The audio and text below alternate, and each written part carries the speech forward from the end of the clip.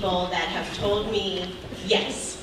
And so 5 years ago, I sat across the desk from a woman that I had just met, Gail Patton, and made one of the most outlandish statements I've probably ever made. Gail's the executive director of Unlimited Future, where I now work, and she's the person that everyone, when I was learning about local food in Huntington, said I needed to talk to. At our first meeting, maybe she thought I was crazy when I said I'd like to have a job in local food. She kind of chuckled and said, but there are no jobs in local food. I was a ready-to-graduate college student. I leveraged everything I could, every class, every assignment, to learn about agriculture, local food, and Huntington. No doubt I had the drive, but Gail said yes. 6 months after the Wild Ramp started, Gail called me to offer me a job.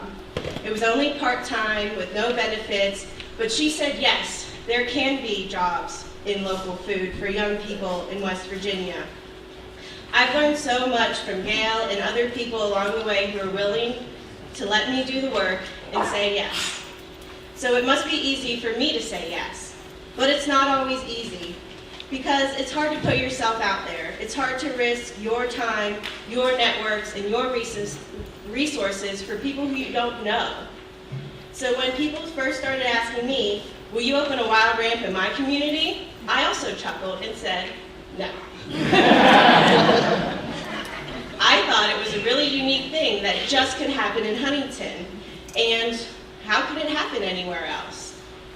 Our community was so unique and so different from so many others in West Virginia, but Try This helped me rethink my answer. Meeting so many people at this conference over the last 4 years, watching other communities like Alderson and Davis and so many more start small, nonprofit, social enterprise, farmers markets, and retail stores, I realized that my answer is, yes, I can help you do that. But I have a question for you. Are you ready to get started?